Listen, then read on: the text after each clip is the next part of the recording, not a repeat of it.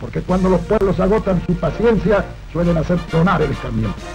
No hay vencidos ni vencedores. El radicalismo no lo mueve el rencor, el odio ni el deseo de revancha.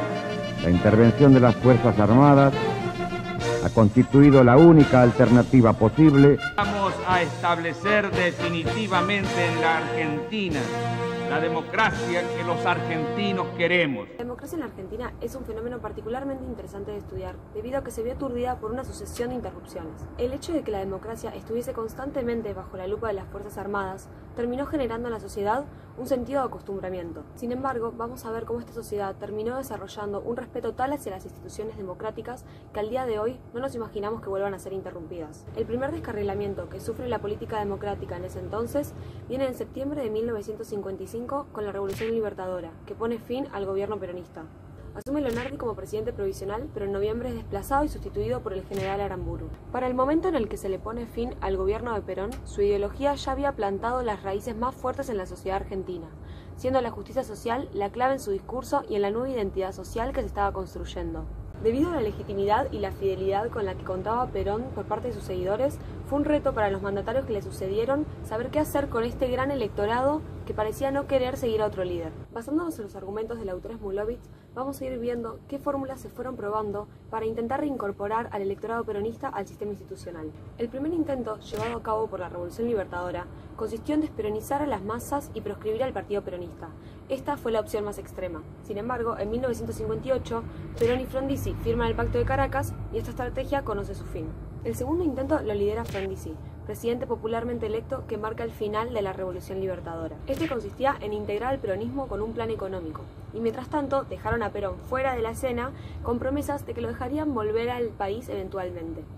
Una vez que dichas promesas perdieron credibilidad, el intento fracasó. La tercera estrategia consistió en enfrentar electoralmente al peronismo, pero el resultado fue una victoria peronista en 1962, lo que lleva a que se dé otro golpe de Estado que lo va a destituir a Frondizi. Asume entonces como presidente José María Guido, quien para ese momento era el presidente provisional del Senado. Ahora, la estrategia para integrar el peronismo pasa a ser el Plan Martínez, que consistía en construir un frente electoral con el apoyo del peronismo, la UCRI y el Democracia Cristiana. El plan fracasa, ya que al momento de tener que decidir quién iba a ser el candidato, no se llegó a ningún acuerdo. La quinta estrategia para intentar solucionar la cuestión peronista se da en el gobierno de Ilia, popularmente electo en 1963. La estrategia consistió en neutralizar a Perón, incentivando la creación de un partido peronista, pero que no lo tenga él en la cabeza. Sin embargo, fracasa porque termina generando conflictos internos dentro del peronismo que lo traen a Perón como árbitro. Acá voy a hacer un paréntesis antes de seguir desarrollando las estrategias de Smulovich, para mencionar las particularidades y hasta contradicciones que tuvieron las llegadas al poder de Frondizi y de Guido. Frondizi es presidente por elección del pueblo, pero ¿hasta qué punto su victoria electoral fue legítima y democrática si el peronismo, el partido con más alcance, al no poder presentarse no era una opción a elegir? Por otro lado, Guido llega al poder debido a un golpe de Estado. Sin embargo, los militares tuvieron en cuenta la línea de sucesión presidencial constitucional para ubicarlo en su cargo. Sus presidencias, entonces, nos abren la puerta a reflexionar sobre esta escala de grises en torno a la cual bailaban la democracia y el autoritarismo en esta época. Más allá del descontento social que generaban los manejos de Frondizi, Ilia y Guido frente a las crisis económicas, los fracasos de su gobierno también se vieron influenciados por una percepción que había en la época escéptica hacia los partidos políticos, sumado a una impresión de poderío que tenían otros actores del juego político, como por ejemplo las Fuerzas Armadas. Esta idea también puede ayudarnos a entender a la pasividad con la que las interrupciones de la democracia eran recibidas. Retomando con Smulovich, la última estrategia para intentar integrar al peronismo se da con Onganía en el poder, al cual llega mediante un golpe militar que derroca a Ilia.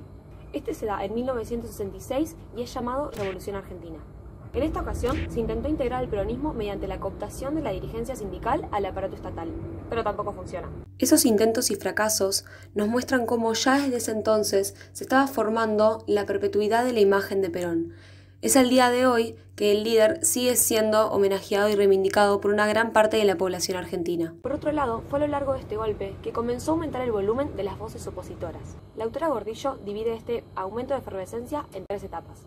resistencia y protestas obreras con una paralela conformación de los jóvenes en torno a estas, un momento de movimiento explosivo con rebeliones populares, momento en el cual se pasa de resistir al régimen a confrontarlo, y el pasaje a la acción política con nuevas vías de expresión e intentos de negociación. Estas etapas presentadas por Gordillo se ven reflejadas en eventos como el nacimiento y crecimiento de las guerrillas, la creación del movimiento de sacerdotes por el Tercer Mundo, la toma de plantas fabriles y universidades, y las masivas protestas como los 2 cordobazos y el rosariazo. Su impacto se evidencia con los continuos reemplazos de los presidentes provisionales, ya que Onganía lo reemplaza a Livingston y este después lo sustituye Lanusse.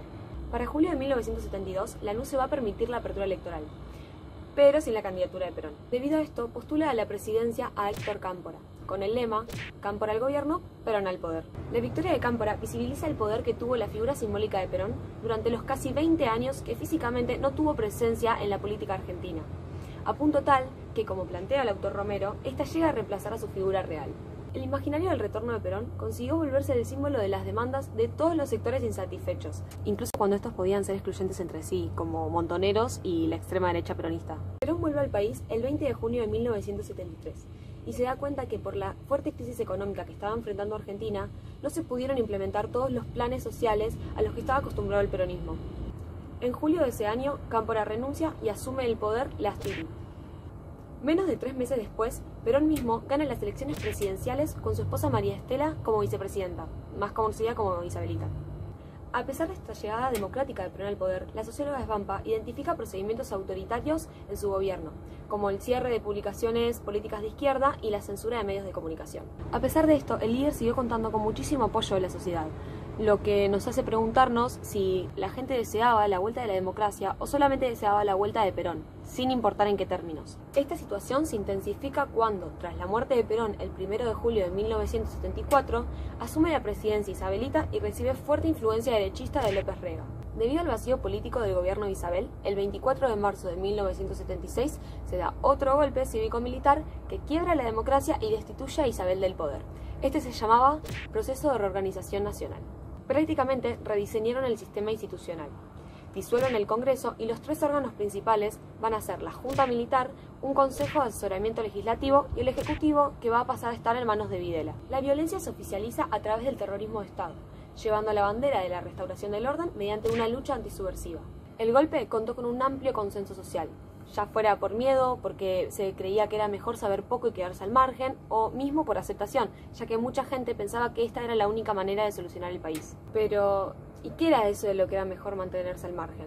Era mejor que no te enteres en detalle de esto, mejor que no des tu opinión de esto, y que por ellos no preguntes.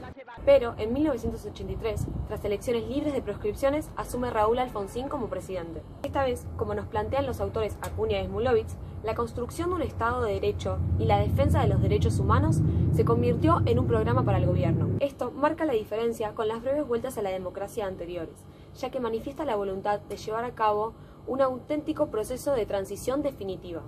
La sociedad también va a pasar a cumplir un rol de protector de la democracia, como puede verse en su reacción frente a las rebeliones carapintadas, respondiendo con movilización y manifestación.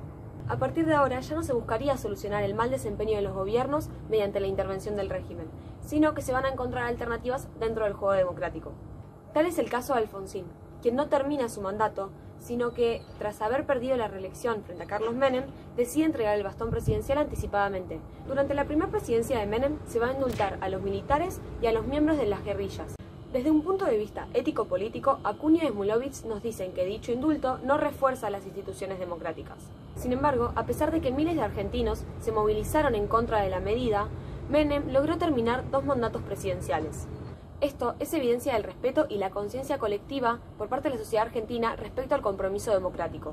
¿Y a qué conclusiones llegamos con todo esto? La política democrática de un país no depende únicamente de que sus autoridades lleguen al poder mediante elecciones libres y abiertas, sino también de la presencia de una sociedad que cumpla un rol de vigilante, comprometida con la estabilidad democrática. Este es el caso de la Argentina post-1983, donde se realizan constantemente campañas a favor de la memoria, ya sea desde el gobierno como desde sus mismos ciudadanos, de la mano del lema Nunca más. Es importante también resaltar el privilegio generacional del que gozamos todos los argentinos que nacimos desde la última transición a la democracia. Desde lo personal, siento esto de manera muy fuerte. En ese entonces, el sospechoso era considerado terrorista y por ende era digno de ser torturado. Y en nuestro caso, teniendo en cuenta que estudiamos política, podríamos haber sido candidatos a ocupar ese lugar. Previo a ese momento de transición, vivir bajo un Estado de derecho estable, en lugar de dirigencias militares o breves periodos de frágil democracia, era solamente un anhelo.